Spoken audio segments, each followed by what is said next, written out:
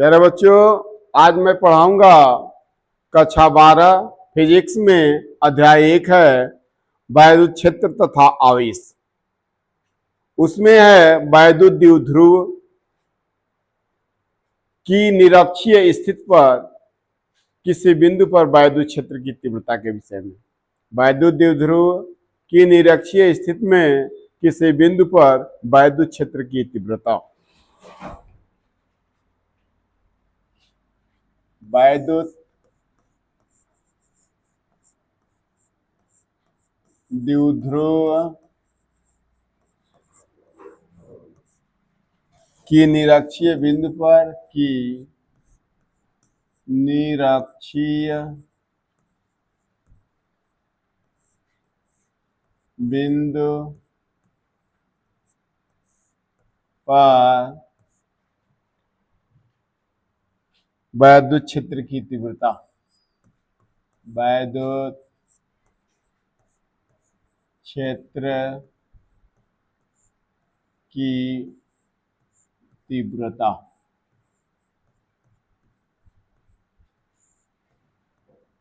क्या कह रहा बालक? सेकंड कंडीशन था वैद्युत द्विध्रुव की निरक्षीय बिंदु पर वैद्युत क्षेत्र की तीव्रता।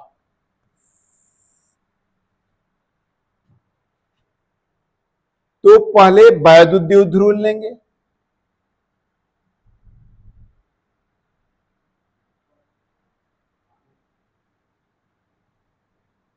यह आपका वैद्युत द्विध्रुव है।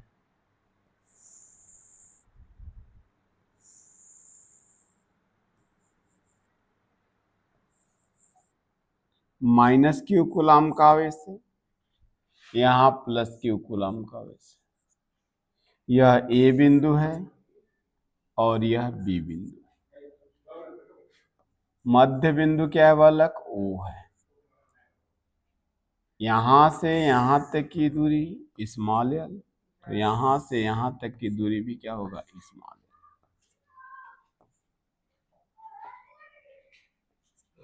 टोटल दूरी कितना होता है? 2l। अब कह रहा है वैद्युत द्विध्रुव के मध्य बिंदु, यानी वैद्युत द्विध्रुव ए बी है कि लंबार्धक, वैद्युत द्विध्रुव ए बी की लंबार्धक रेखा अर्थात मध्य बिंदु से स्मॉल आर दूरी पर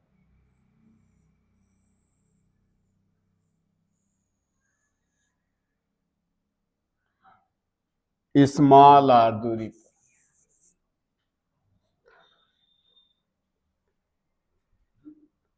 स्मॉल आर दूरी पर क्या बालक? एक बिंदु P है। स्मॉल आर दूरी पर एक बिंदु P है जहां वैद्युत क्षेत्र की तीव्रता ज्ञात करनी। अब क्या करेंगे? P और A को मिलाया, इसी प्रकार P और B को मिलाया, P और A को मिलाया और P और B को मिलाया। वैद्युत क्षेत्र की तीव्रता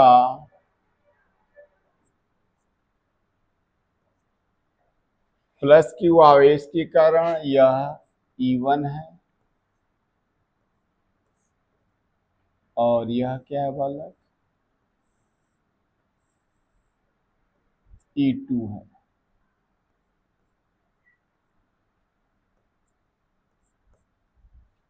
E2 वेक्टर है।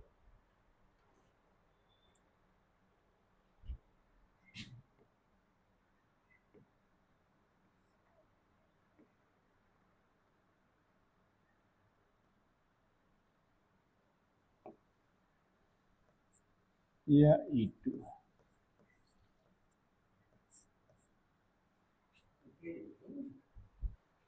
ठीक, यहां से ये होगा थीटा। जब यहां से ये थीटा होगा तो परिणामी तीव्रता परिणामी तीव्रता ई होगा। अब क्या करेंगे, इसको इससे मिला देंगे, फिर इसको इससे क्या कर देंगे, मिला दिया। जब ये थीटा है बालक तो ये भी क्या होगा, थीटा। अब बताइए, यहां से यहां तक की दूरी दे दिया है बालक स्मॉल आर, तो यहां से यानी बी से पी की दूरी क्या होगा, under root R square plus L square. तो जो दूरी ये होगी वही दूरी यह भी होगी, तो क्या होगा इसका भी, under root R square plus L square. ठीक है, अर्थात हम कहेंगे बालक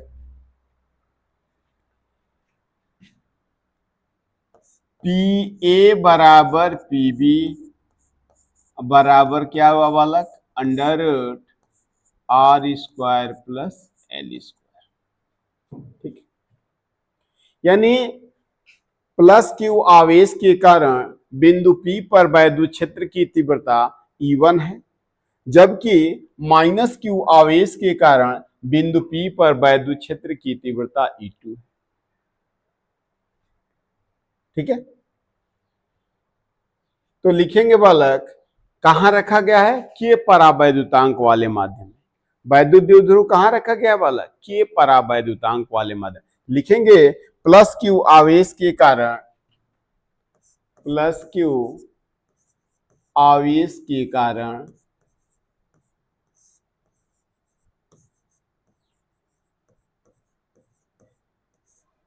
बिंदु P पर वैद्युत क्षेत्र की तीव्रता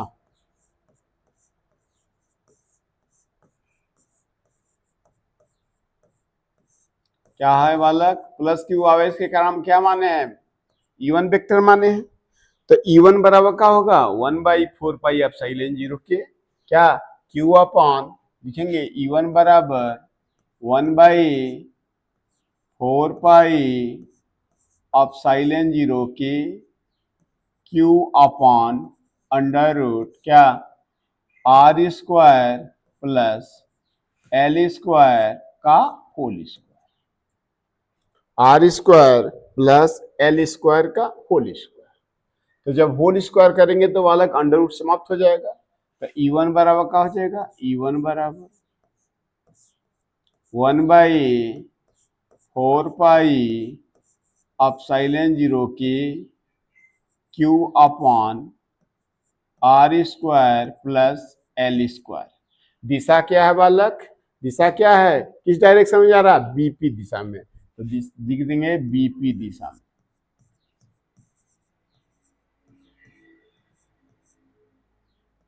ठीक है, अब प्लस क्यू आवेश के कारण बिंदु P पर वैद्युत क्षेत्र की तीव्रता निकाल लिया। अब क्या निकालेंगे बालक, माइनस क्यू आवेश के कारण, तो माइनस क्यू आवेश के कारण, आवेश के कारण बिंदु P पर वैद्युत क्षेत्र की तीव्रता क्या कर रहा है बालक, माइनस क्यू आवेश के कारण बिंदु P पर वैद्युत क्षेत्र की तीव्रता क्या हुआ, E2 है, तो लिखेंगे E2 बराबर वेक्टर E2 बराबर 1/4 पाई एप्सिलॉन 0 के Q अपॉन वही condition under root R square plus L square का क्या कर देंगे, होल स्क्वायर। और जब होल स्क्वायर करेंगे बालक तो क्या अंडर समाप्त हो जाएगा, तो E2 बराबर क्या होगा, E2 बराबर 1/4 पाई एप्सिलॉन 0 के Q upon R square plus L square. इसकी दिशा क्या होगी, इसकी दिशा क्या है, पीए की ओर। दिशा क्या लिख देंगे बोला, दिशा लिख देंगे पीए दिशा।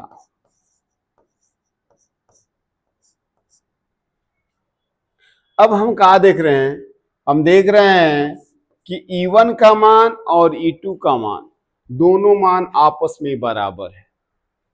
E1 का मान और E2 का मान, दोनों मान आपस में क्या है, बराबर है, किंतु दिशा भिन्न है।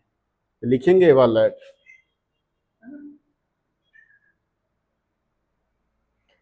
लिखेंगे E1 तथा E2 का परिमाण बराबर हैं, किंतु दिशा भिन्न भिन्न है, किंतु दिशा भिन्न है।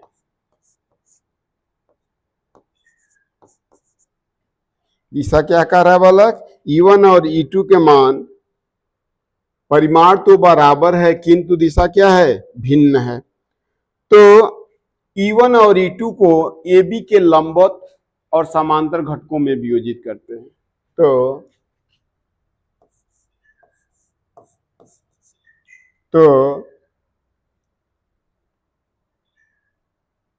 E1 वेक्टर E1 तथा वेक्टर E2 को वैद्युत द्विध्रुव AB के, E1 तथा E2 वेक्टर को AB के लंबवत तथा समांतर घटकों में वियोजित करते हैं, समांतर घटकों में वियोजित करते हैं, में वियोजित करते हैं। जो लंबवत घटक होगा बालक, वह लिख देंगे AB का लंबवत घटक, AB का लंबवत घटक E1 साइन थीटा तथा E2 साइन थीटा होगा। लंबवत घटक क्या है बालक, E1 साइन थीटा तथा E2 साइन थीटा है।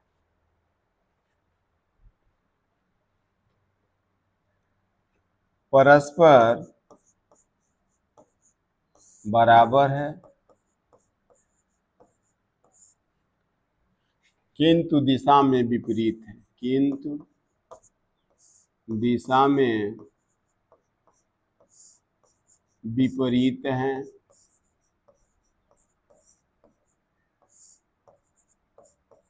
अतः एक दूसरे को निरस्त कर लेगा, अतः एक दूसरे को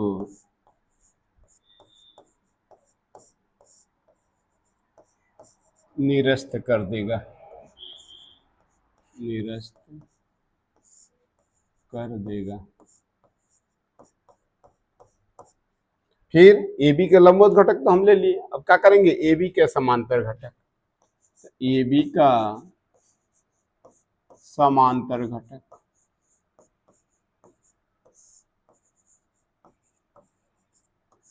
क्या होगा बालक, E1 cos थीटा होगा और E2 cos थीटा होगा। E1 cos थीटा तथा E2 cos थीटा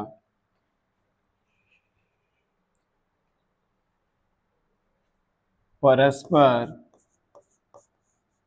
बराबर हैं, परस्पर बराबर, किंतु एक ही दिशा में होने के कारण, एक ही दिशा में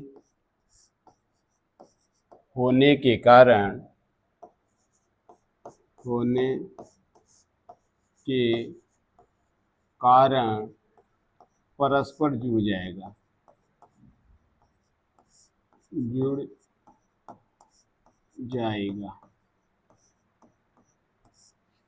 अतः अतः परस्पर जुड़ जाएगा। अतः परिणामी तीव्रता, अतः परिणामी तीव्रता क्या होगा बोला, इज इक्वल टू क्या E1 cos theta plus E2 cos theta. अब लंबवत और समांतर घटकों में बांटे हैं वाला, तो ये लंबवत घटक है,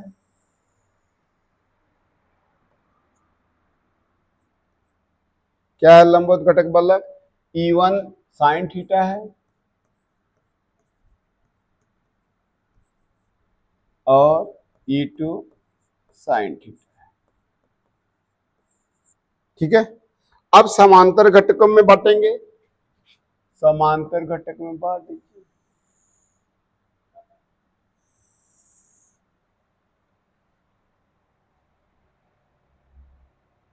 जब समांतर घटक बांटेंगे बालक,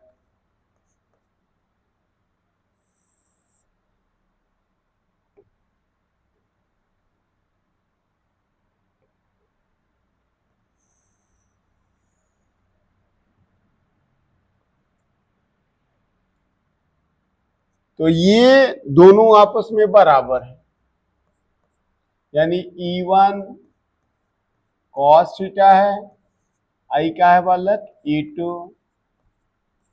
cos थीटा है। अब इनका परिणामी, इनका क्या निकालेंगे, परिणामी, परिणामी ले लेंगे।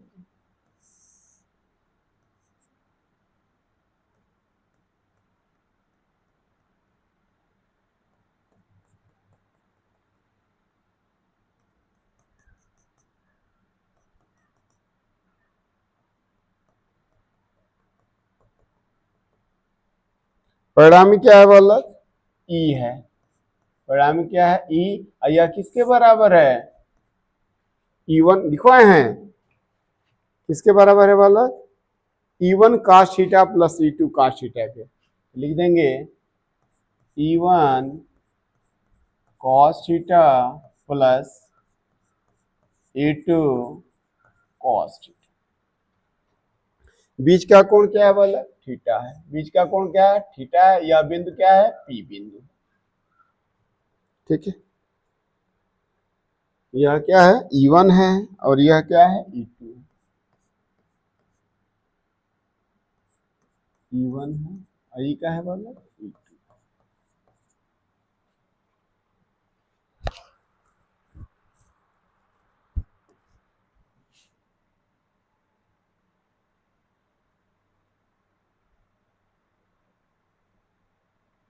ठीक,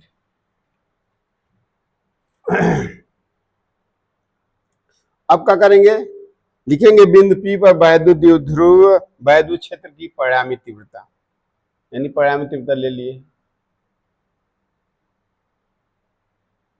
एक,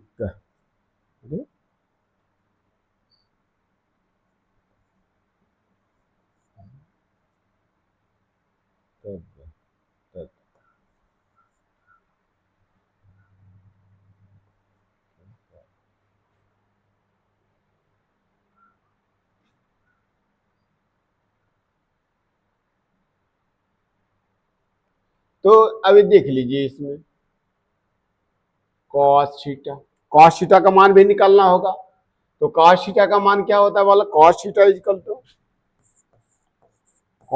इक्वल टू क्या होता है, आधार बटा कण होता है, आधार बटा कण। अब आधार क्या है बालक, OB है, कण क्या है बालक, कण क्या है, AB है, PB है या PA है।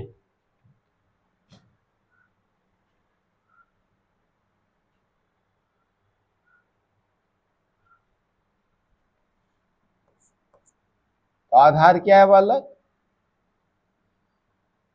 एल है, नहीं एल है, और कण क्या है? Under root R square plus L square. ठीक है, मान पुट कर दीजिए। तो ई बराबर E1 का मान क्या है बालक? E1 प्लस E2 कर दे। E1 का मान क्या है आप लिखे हैं? क्या लिखे हैं बालक? 1/4 पाई ऑफ साइलेंट जीरो के Q upon R square plus L square. फिर cos थीटा है तो cos थीटा लिख दीजिए,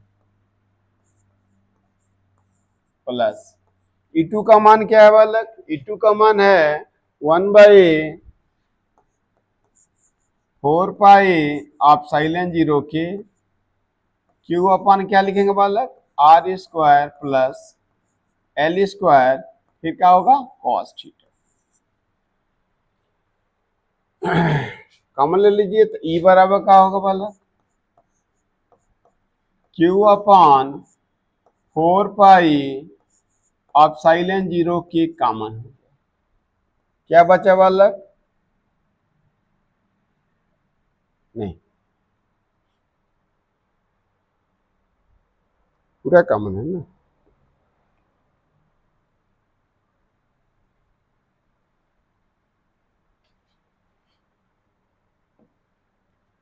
वन बाई 4 पाई आप साइलेंट जीरो के Q upon R square plus L square. ठीक, कोस्ट उसके बाद क्या कॉमन है? बोला 2 cos थीटा बच गया। क्यों? इसमें भी cos थीटा है और इसमें भी cos थीटा, तो cos थीटा जोड़ देंगे तो क्या हो जाएगा? 2 cos थीटा। अब cos थीटा का वैल्यू हम निकाल चुके हैं, तो ई बराबर क्या होगा बोला? ई बराबर 1/4 पाई आप साइलेंट जीरो के Q upon R square plus L square into 2 cos theta का मान क्या है बालक? एल अपॉन अंडर रूट क्या? R square plus L square.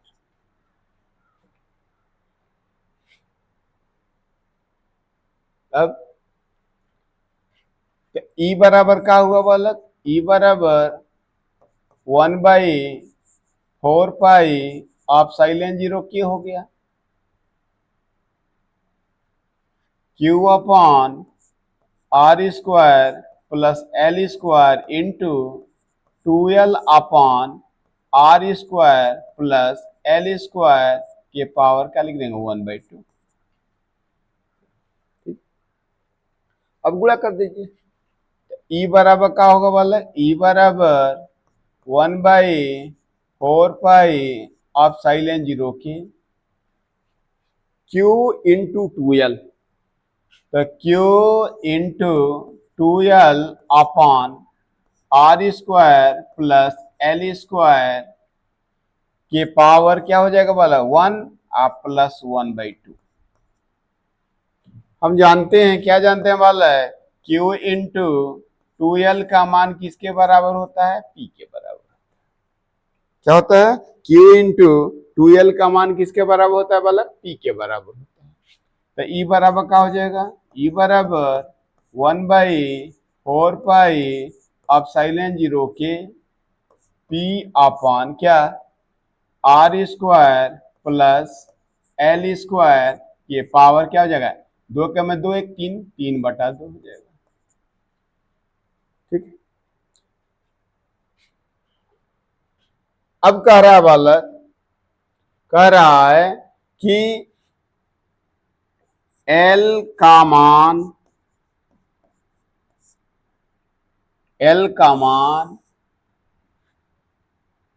Are की तुलना में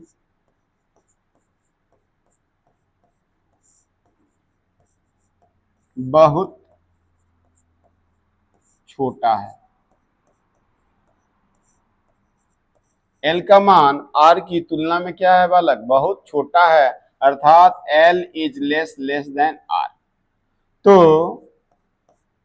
एल स्क्वायर है, L square is less than क्या हो जाएगा, आर स्क्वायर। अतः यल को क्या मान सकते हैं, नगण्य मान सकते हैं, यल को त्याग सकते हैं। तो क्या हो जाएगा वाला, equal to 1/4 of silent zero के पी अपॉन क्या हो जाएगा वाला, आर स्क्वायर इंटू 3/2। 2 से स्क्वायर का हुआ वाला कैंसिल, तो ई बराबर का हो गया, ई बराबर हो गया 1/4 ऑफ साइलेंट जीरो के पी अपॉन क्या हुआ बालक, आर क्यू।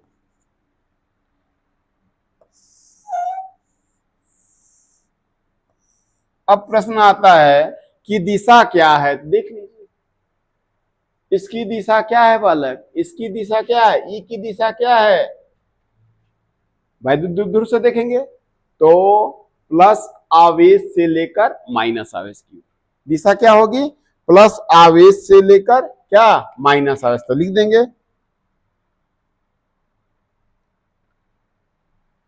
दिशा धन आवेश से